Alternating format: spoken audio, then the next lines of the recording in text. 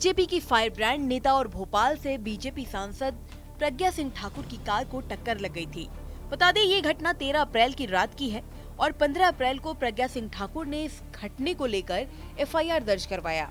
सांसद प्रज्ञा सिंह ठाकुर ने इस घटना को प्रायोजित हमला बताया और मामले की जांच इसी एंगल से करने की मांग की है। घटना 13 अप्रैल की रात 9:40 की है। दरअसल साध्वी प्रज्ञा एक कार्यक्रम में शामिल होने बैरागढ़ जा रही थी और जैसे ही उनकी कार खानू गांव चौराहे से लाल घाटी की ओर बढ़ी, तभी पीछे से तेज रफ्तार कार आई और टक्कर मारते हुए निकल गई।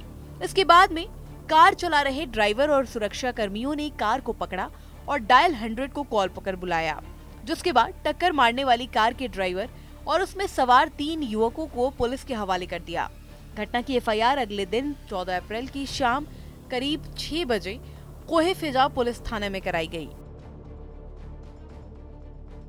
आपको बता दें, साध्वी अपने एफआईआर में लिखती हैं, 13 अप्रैल की रात में 74 बंगला B29 से कार से बैरागढ़ की ओर एक कार्यक्रम में भाग लेने जा रही थी।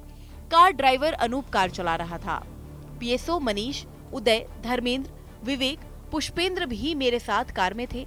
रात लगभग 9:40 पर जब मेरी कार वीआईपी रोड पर खानू गांव चौराहे से आगे लाल घाटी की तरफ पहुंची, उसी समय मेरी गाड़ी रोड पर डिवाइडर से सटकर सीधे हाथ की ओर चल रही थी। तभी एक कार ने तेजी से मेरी कार को पीछे से टक्कर मार दी और भाग गया, जिसके बाद मेरे ड्राइवर अनूप ने उस कार का पीछा कर उसे आगे जाकर रोका।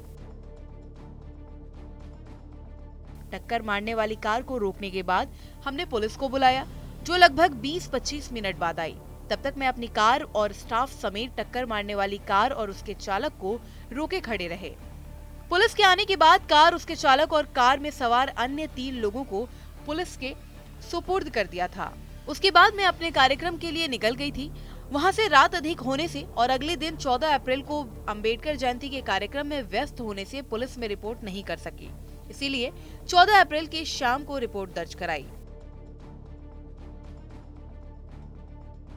चूंकि मैं एक बड़े प्रकरण में आरोप झेल रही हूँ, मुझे लगातार फोन पर धमकियां भी आती रहती हैं। कई बार मैंने ऐसे लोगों पर केस भी किए हैं।